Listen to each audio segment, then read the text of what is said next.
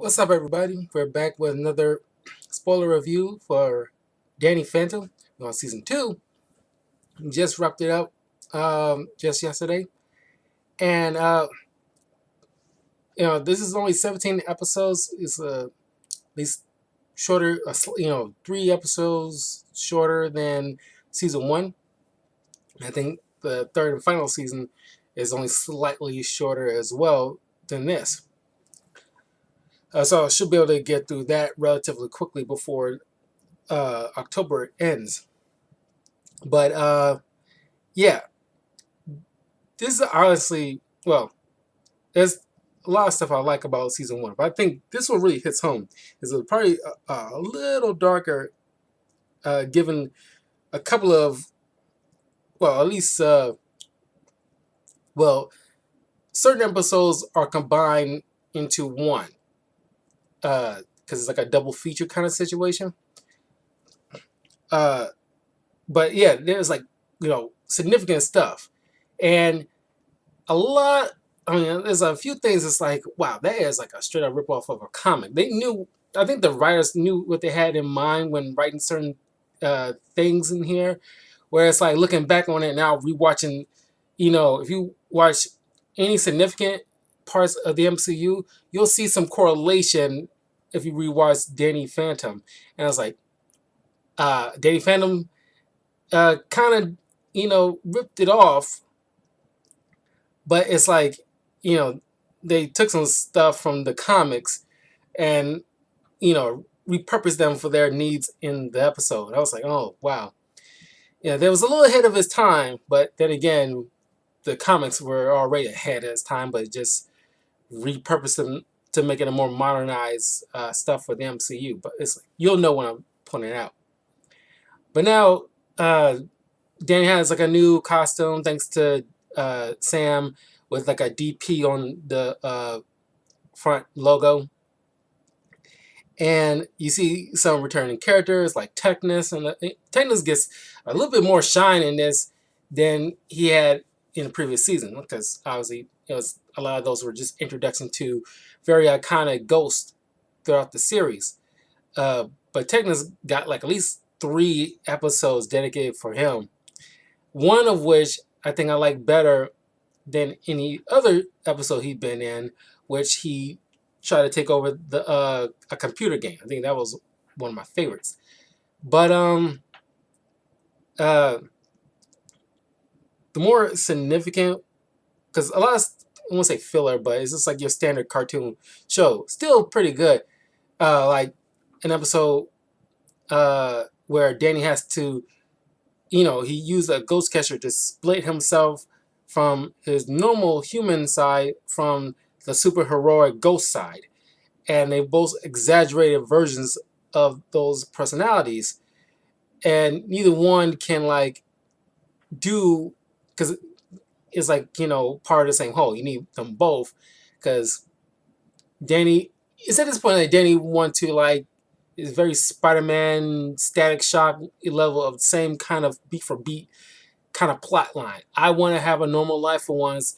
Being a superhero is fine, but I need to have a life, because it's the whole, teenage superheroes. You gotta, manage both lives, things like that. And it's, one's bleeding over into the other, and it's too much. So you got that little story beat, and that's all fine and dandy. But the really like this episode in particular, the Ultimate Enemy, the double feature, this one really stuck out in my mind as far as like an episode. It is one of my all-time favorite Danny Phantom episodes, because it really like left a mark in my brain since I was a kid, where these weird ghosts from the future apparently is attacking Danny. One of which, this little ghost kid named Lunchbox, who is the child of the lunch lady and the box ghost, which Danny thought is freaking gross. And how do ghosts have sex to produce children? They're ghosts. They can't reproduce anymore. You need to be alive for that kind of thing. I'm not sure. That I guess you shouldn't think too hard on it, but even as a kid, I thought that was kind of okay. How does that happen? Do y'all just merge our essence together and it just forms a little being? Uh, then you got this weird combo between Skulker and Technus, who Technus kind of like merged with the tech pieces in Skulker's armaments to make this, kind of like a big semi uh, proto Iron Man suit thing that he's trying to like defeat Danny with. Uh, and it was just like so interesting. Like as a kid, I was like, okay, what other future ghosts, like weird combos or kids or whatever will happen with them in the future, because like obviously still around.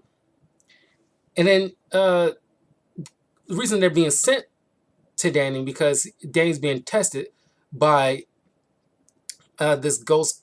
It's like everything has to be ghost related. It couldn't just be just regular, other significant beings. Which, really quick, obviously this, the city that they're living in is called Amityville. This is like a play on the movie.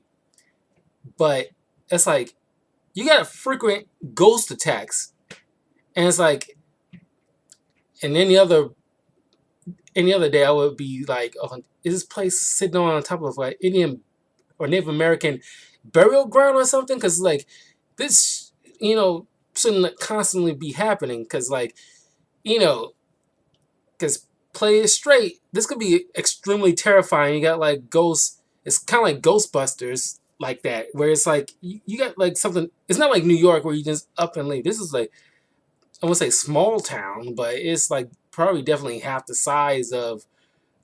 Let's just say half the size of uh, uh, California, I guess.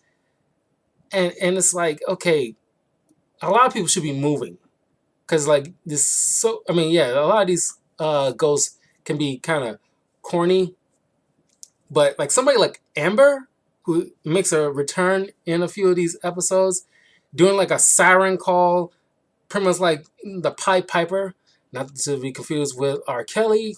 Don't even want to. This dude is like, if I had my way, he's excommunicado, just like Kanye from Chicago, because these two are just like, just disgusting. Well, not as disgusting as R. Kelly, but it's just like, just kind of like a, very, like if you want to use the word problematic for any significant importance, they're definitely worthy of the word problematic. But it's like, she's like a Pied Piper, luring people in order to chant her name to give her fuel for her fire and make her like super strong. Uh, but like you play it straight, this could be terrifying. And it's like, I can't live in here because like, yeah, box ghosts can be corny, but I don't know, he could kill me by stuffing me in a small box until I burst or something. You can easily play this very terrifying if you really wanted to.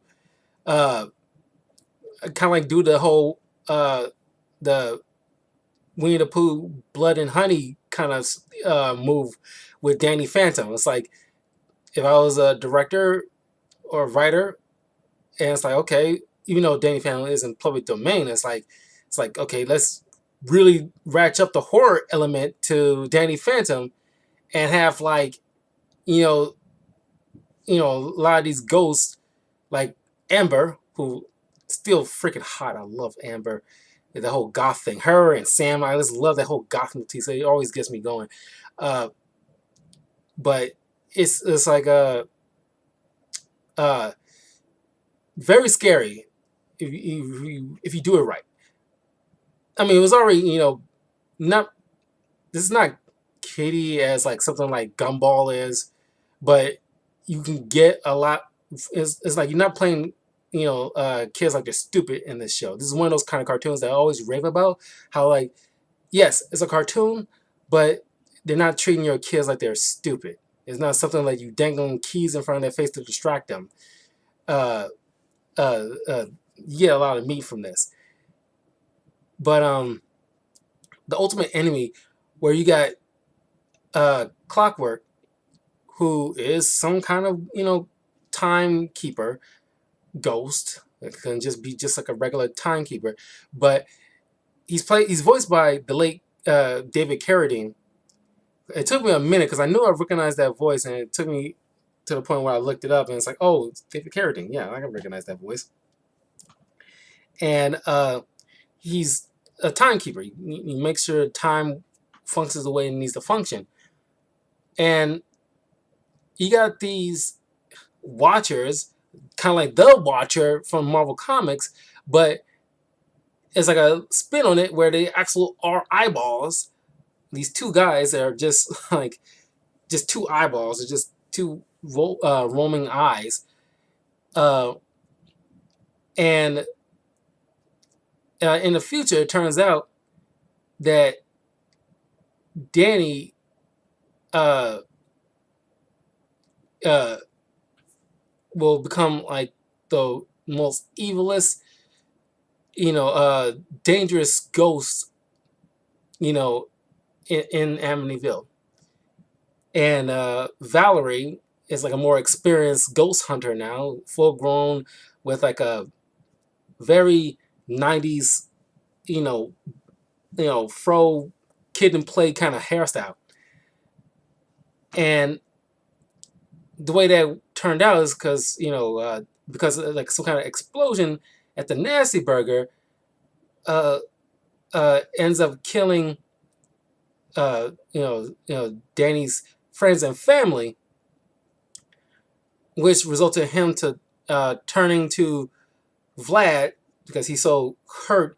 He just wants to be rid of his ghost powers, and Vlad did that for him, but somehow it became more malevolent because the ghost catchers separate his ghost powers from his human half, and he wasn't malevolent. So that kind of didn't track for me. I was just like, okay, why it turned out? Maybe it's the device that was used. Maybe that resulted in a more malevolent, or maybe just the emotional state of Danny at that time made the spirit more malevolent. But I guess that would make more sense. But it wasn't really fully explained. I'm kind of inferring. But the spirit uh, attacks Vlad, used the same machine to rip his ghost side away. It takes over, merges each essence together to make a more evil, powerful Danny. And like Vlad later, in the future, Vlad later explains to Danny like about the story, but we are left to infer that this evil Danny just killed his human side, which, okay, what, I mean, I guess without his spirit, where, the body just gone? Like, it's never explained, but obviously it's something horrible. Which leaves future Danny, to be just so, there's already evil at this point, but then his powers grew, merging his powers with Vlad's power. He's more bulkier. His white hair is now inflamed. And he's voiced by was like older Danny is Eric Roberts, which is which is funny. Uh, uh, so he just wreaking havoc, in a future timeline, and it's funny. This is kind of like Clockwork shows up at least a couple of times in the season, so they doing like variants here before Loki series kind of dealt with that, but uh,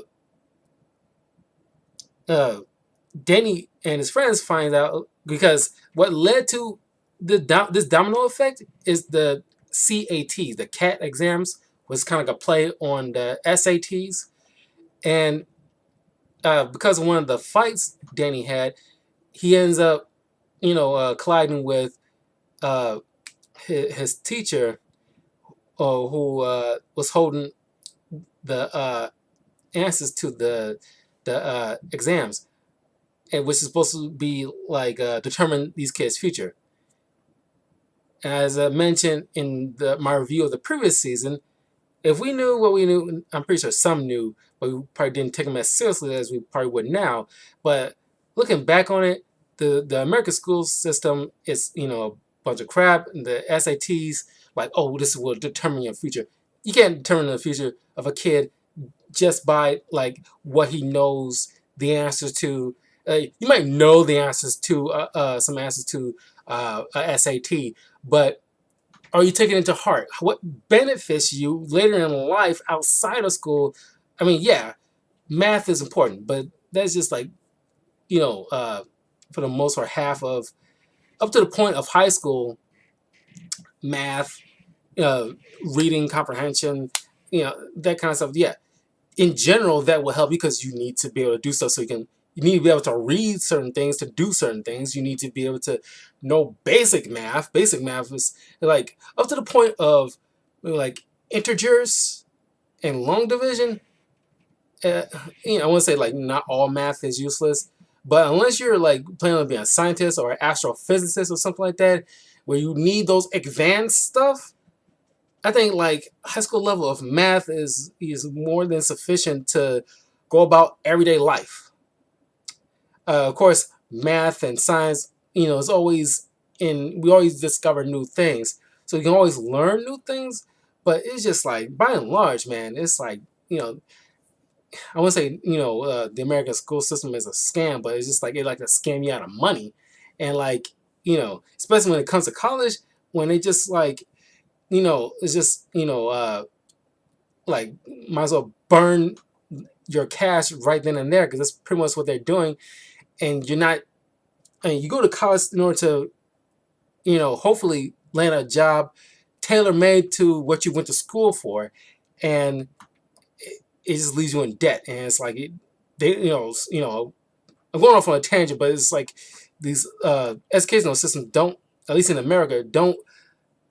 They leave it to your responsibility once you leave college to find your way to those open doors or get the door open to a specific spot, in order to land a job. Unless you're like a lawyer or a doctor or like a business person who, the college, will probably be more inclined to open up some doors for that stuff. But it's like if you go to like a school for game design or uh, maybe not acting because but even if you go to like something like those prestigious schools that has like acting in their repertoire, you know once you graduate they should be like maybe not doing everything for you but like get you through the doors like here they got a BA in acting or a BA in game design. You want this guy, like at least, talk with them, give them a job interview or something and try them out because they did very well. They graduated recently, give them a shot. Do something like that because, why give the graduate the legwork for that part? Just give them through the door and let them handle it from there. But like I said, I'm going off on a tangent. So, uh, it through the original timeline, Danny use that paper to cheat so he can like secure his future in a way. But he's 14 years old. He knows right from wrong, but he like to bend the rules a bit so that way he can try to take the quick way all right, take the easy route. And despite his friends telling him it's like a bad idea, and Jazz, his sister, finding out because she ends up, letting him know by the end of this that she knows he's the ghost boy, that she knew for a long time, and she's keeping a secret, blah blah blah. But you know, he's not listening because like like he's getting overwhelmed with with the ghost fights and like he just want to hang out with his friends and it's like everything's it's very Spider-Man like. It's like everything's like you know crushing like weight on him and he's like he just wants to take something off his plate, at least one thing off his plate, and that ends up was kind of terrible. But you never know what happens when you make certain choices in life unless you are like one of those higher beings that can see all through the multiverse and see what route that you took that led to this and that and the other that makes all these other various domino effects if you chose one thing or the other. And so he might not think it's significant. It's just a CAT test, but it's just another test. I just need to pass it and get it done.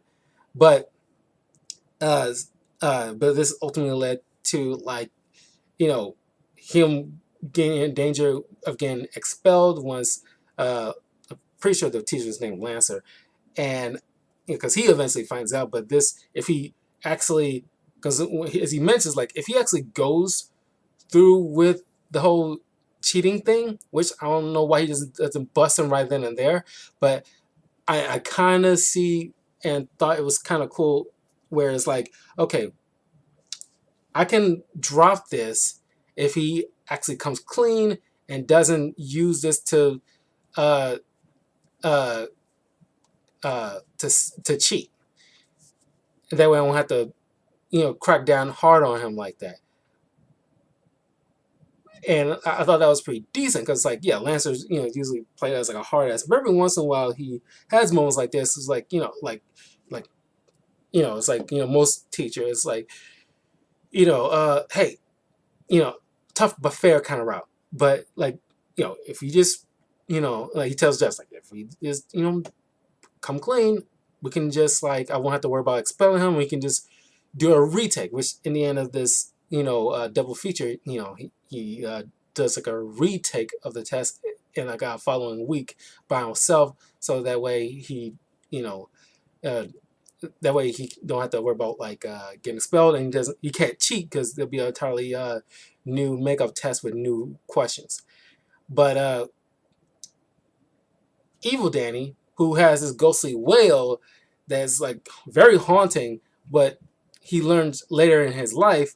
But young Danny, present Danny, ends up figuring it out right there and there, which is already a divergent of the timeline, which shocked older Danny. It's like, I don't learn that for years from now. Like, how do you know this now?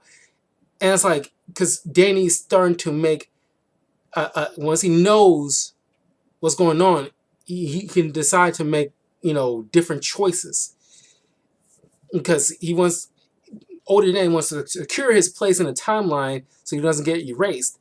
But once Danny knows, because the future is always in flux, and it's like especially when it's always dangerous when dangerous thought when a if like a time machine is invented.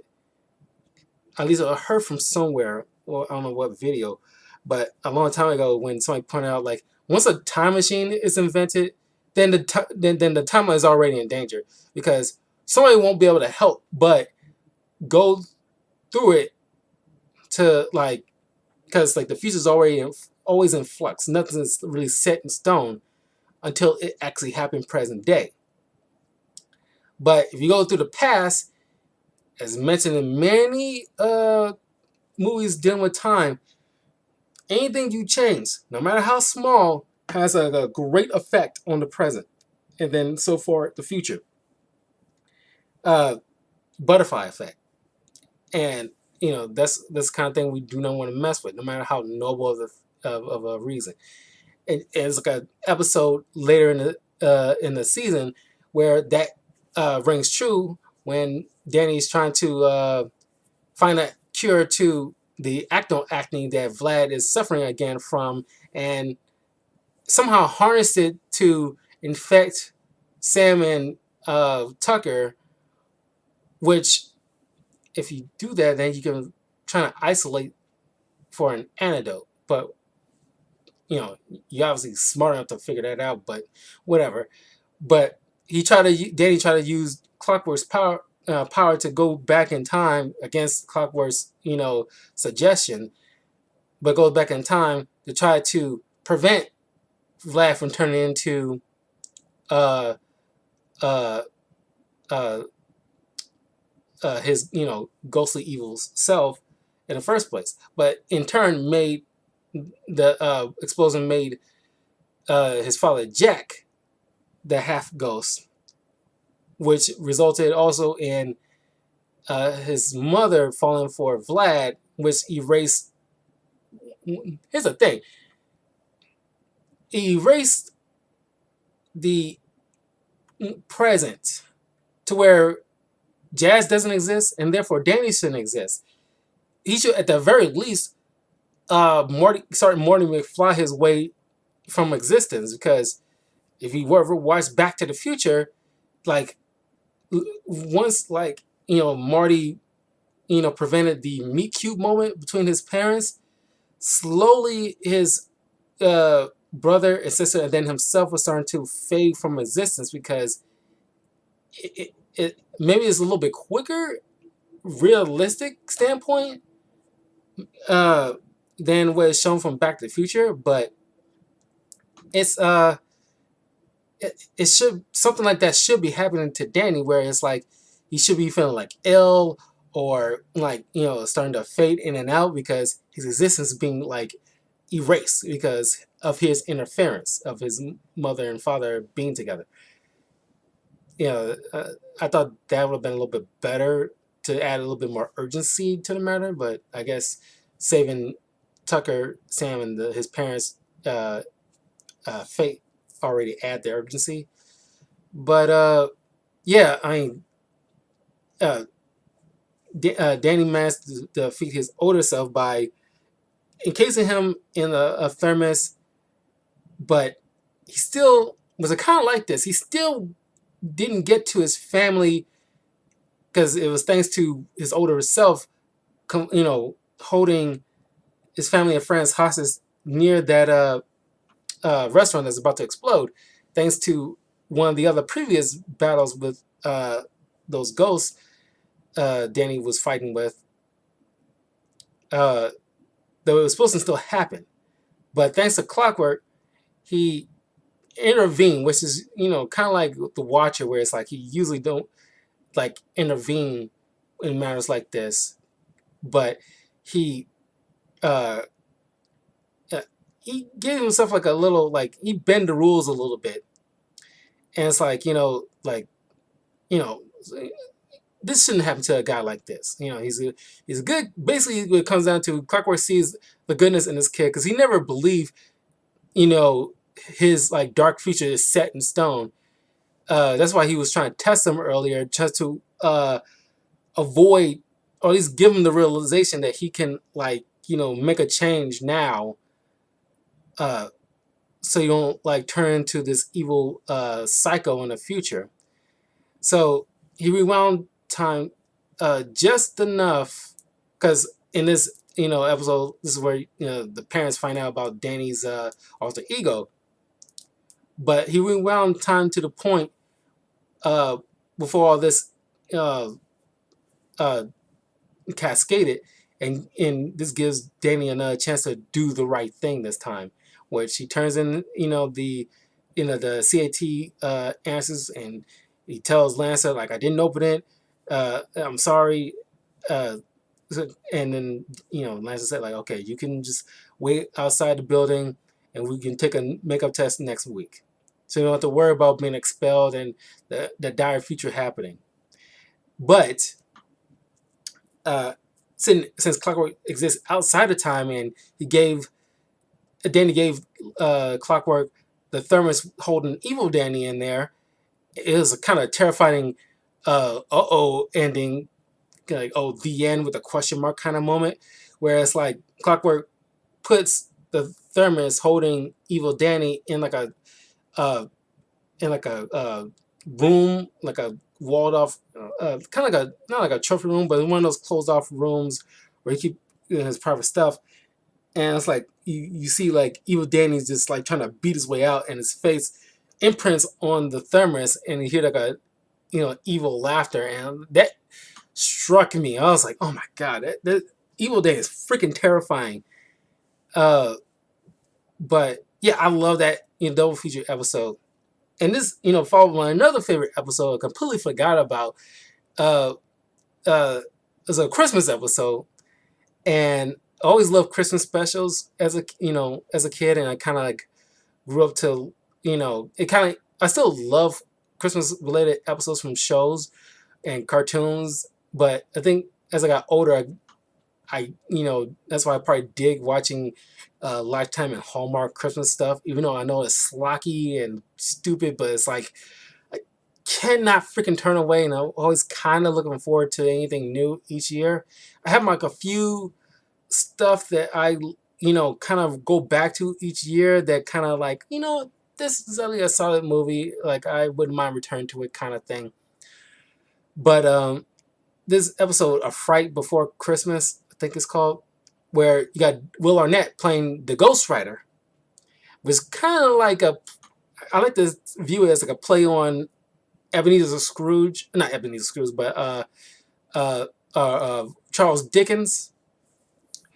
And the Ghost Rider is making this his magnum opus of a Christmas book, and uh, and while Danny, being a Scrooge in this episode, coming to hating Christmas because of his parents fighting over the the typical argument of like, is Santa real or he is real, and like the mom was like coming at the father with all these facts about you can't fly that fast without burning up from friction, and his father is like don't worry kids, Santa Claus is real.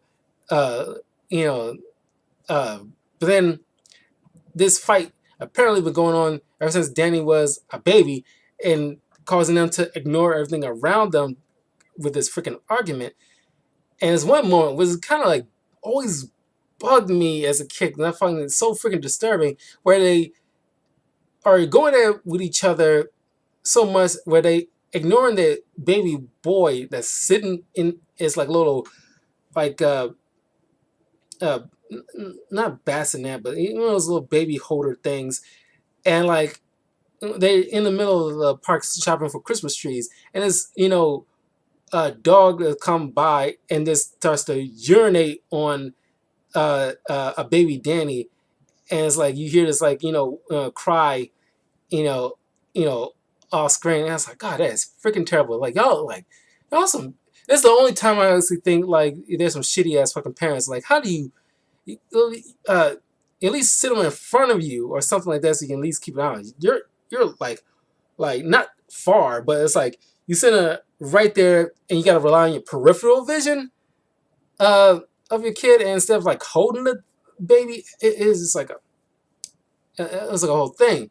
So yeah, and it's like I'm not sure how you knew about that being a baby, but I guess maybe Jazz told him, but because she, being like 2-3 years older than him, uh, was around to see this, and this argument, kind of spilled over in Danny's young life, where it's like, it's ruined Christmas for him because like this massive fight that ultimately shouldn't mean nothing in the grand scheme of things. So he didn't have like a decent Christmas where it's just, everybody just being jolly and goodwill towards men around each other. So uh, he's all ball humbug about it, and then he goes to the ghost zone just to blow off some steam and start like firing at like using all the stuff he got to like just destroy uh, uh, all these little Christmas doohickeys. And then one of which, someone lands perfectly on the Ghost Rider's book, where he goes out to like, out of his home to like huzzah, and then one of those stuff lands on his book, and right as like Daniel's firing his ghost beam or ecto beam at it, and it kind of destroys the book in the process.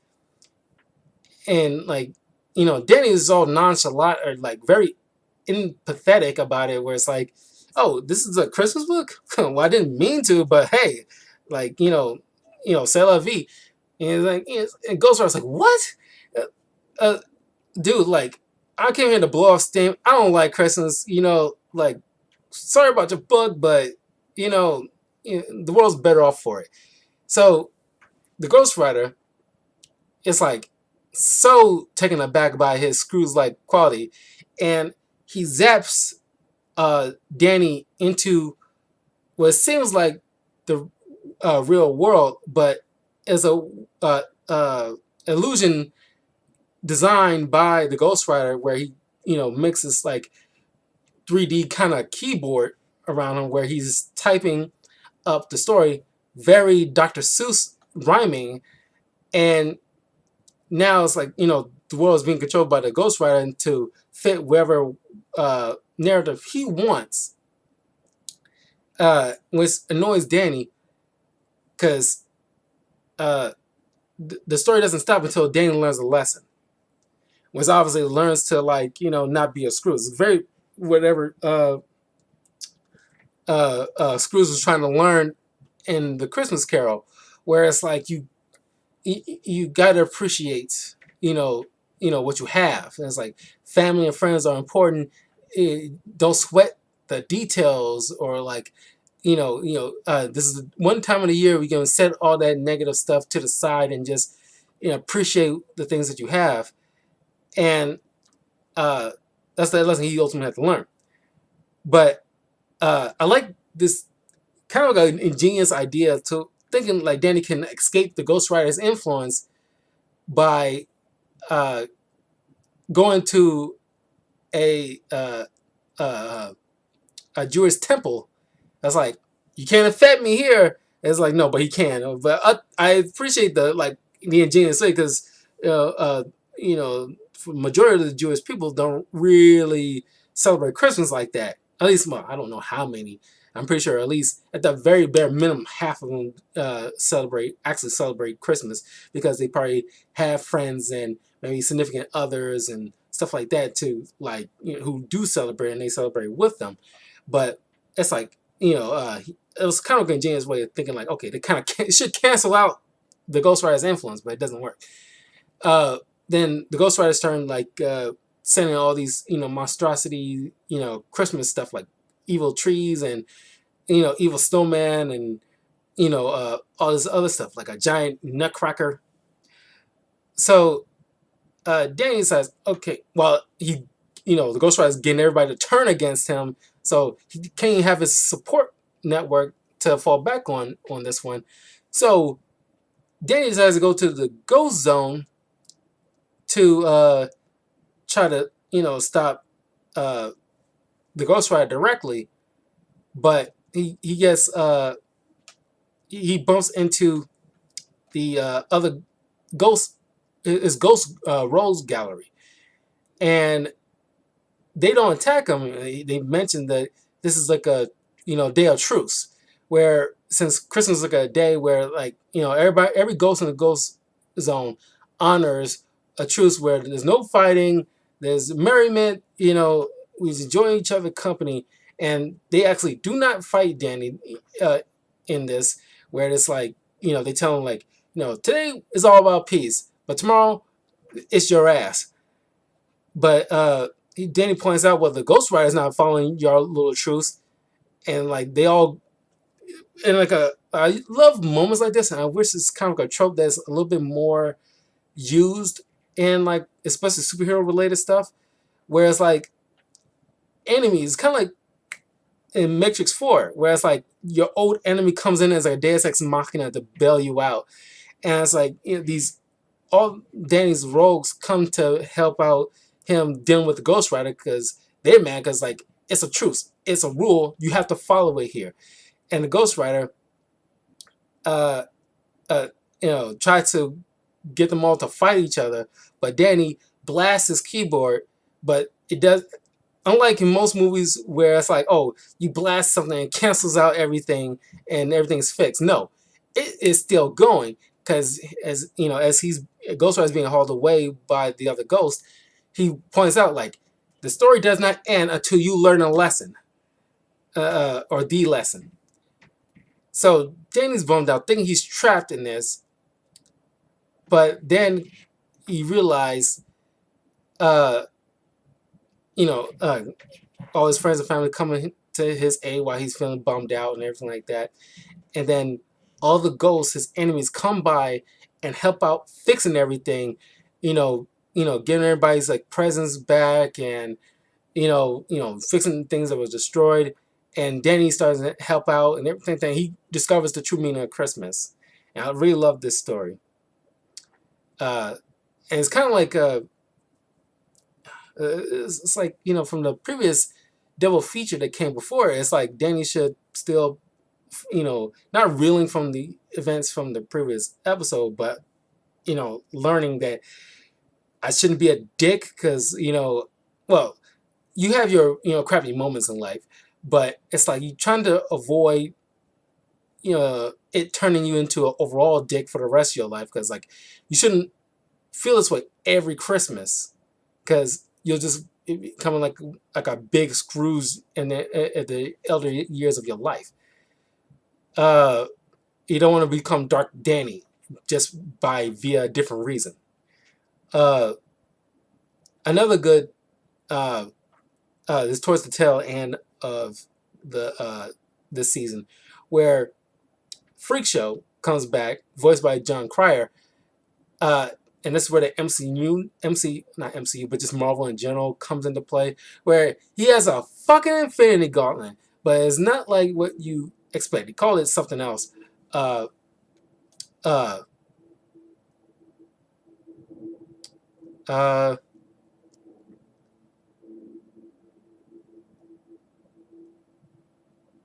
what is it?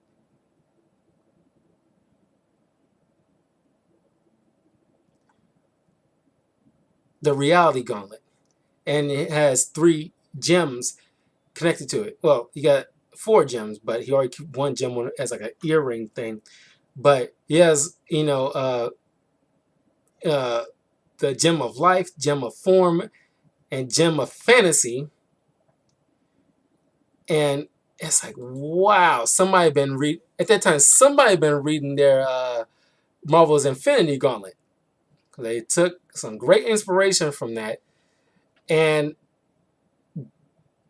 Danny and his friends, who were looking forward to like a road trip, or like the summer break is about to start, and Freak Show breaks out of prison, being held captive by the guys in white, a play on Men in Black, but for Ghost, and they're stupid enough to let him try on the gauntlet, and he breaks out uh, one of the ghosts that was working for him, which I thought was just like a puppet under his control like the others, but I guess not. And that kind of like was weird. But the spiky haired ghost lady, who has like tattoos that come to life as she summoned them as her minions, and Freak Show used her to like kidnap the parents of him, Jazz, and Danny, Jazz, and Sam's parents after this major fight between Freak Show's and Danny, which resulted in Danny using up. Well, I think the Gauntlet kind of sorted out his powers, and in front of live television, he ends up unwittingly changing back to his human form, and everybody knows, people from school, his parents, and all this other stuff.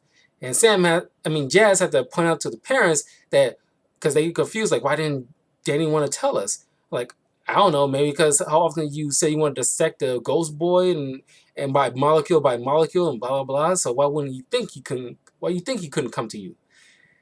So, after a fight, thanks to Sam and Tucker, because they was holding on to the gauntlet, and while they holding on to it, they have equal use of it as Freak Show. So they use that amount of time they had to control it, to uh, concentrate on a particular gem and transport it to wherever you can think of to keep it out of Phrixo's hands. Because without that, he's not as powerful. Uh, so they, after capturing the family, they have to go on this road trip, ironically, to go after each gem to where they sent it to, because one of which is like where Sam went to, pointing out to, it's like a golf kind of, it's kind of like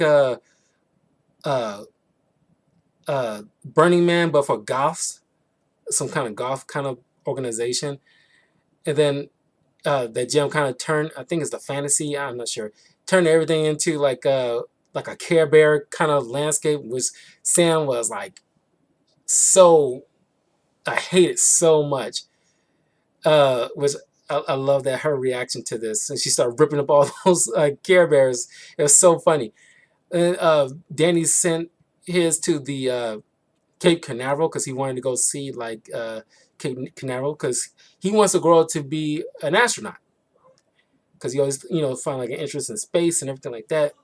And then Tucker sent his to a comic book convention, uh, which when they go there, you see all these like stereotypical kind of nerds, where it's like you know uh, like talking that geek fashion and stuff like that. What was geek then is popular now, so it's like it'd be kind of funny that looking back on it, how we used to poke, well, not we, but other people used to poke fun at us who are into that stuff, and like, oh, they're all just like fat, dorky, versions of something. Uh, but Freak Show gets all the gems, and thanks to Jazz giving Danny the idea that from her, psychoanalysis of Freak Show, he has ghost envy. That's why you always want to control ghosts and has some kind of just weird hatred of them. But it's just ghost envy. He wants to be a ghost, and Danny exploited that by making him choose to use his gauntlet powers to transform himself into this kind of ultimate ghost. But since he's now technically a ghost, he can, Danny can use the ghost thermos to suck him into the thermos and use the gauntlet to erase everybody's minds except Jazz, Tucker, and Sam, and everybody else doesn't know his real identity. But not before he has like a heart-to-heart with his parents, who tell him that no matter what, we'll still love you. It's like they're never going to change, uh, which is a nice affirmation for Danny to know that. But he still had to erase their memories because he don't, just to keep them safe, whatever, making some kind of ultimate sacrifice. Don't even see why that would have been necessary, but it kind of tracks. So Danny returned Freak Show in the proper authorities of the guys in white, then destroys the gauntlet so it can't be used again. But it shows, like, there's a lot of awesome other episodes, but I want to cover like just the major ones that I thought was, kind of significant for the arc of the entire season that like I thoroughly enjoyed. To this day, it was my favorite episodes. But yeah, so let me know what you guys think in the comments below. If you rewatched or if you plan on rewatching season 2 of Danny Phantom, let me know what your thoughts were. Like favorite, non-favorite episodes. Hit that like button and notification bell, and don't forget to subscribe if you haven't already to youtube.com/talkingofcarl for more content, and definitely check out my Twitch channel, twitch.tv/talkingofcarl, where I do video game walkthroughs, so you can check me out live and you can chat with me and stuff like that. And yeah, I will see you guys in a little bit as I go over a movie review for the month of October. I'll be reviewing the movie Clue, starring uh uh crap. I'm blanking on his doggone name already. Shit. Shit. Crap. He was like Pennywise in this, which is ironic because that was like a moment with like a clown popping up out of a box, like a Jack in the Box kind of thing in the movie, which is kind of ironic because he played Pennywise. Ah, crap. What is that doggone guy's name? Shoot. No, I want to say it because I do not like. God, what is it?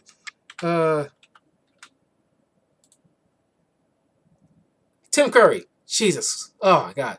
Anyway, yeah, I will see you guys in a little bit as I cover that, and I might be able to squeeze in some time for a versus discussion video that I haven't done in quite some time. I think the last one was my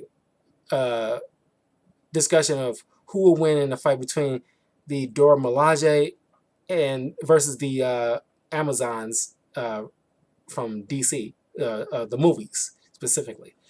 And yeah, I will. You can check that out if you want to see what my thoughts on who might win, given the data we have about those characters. But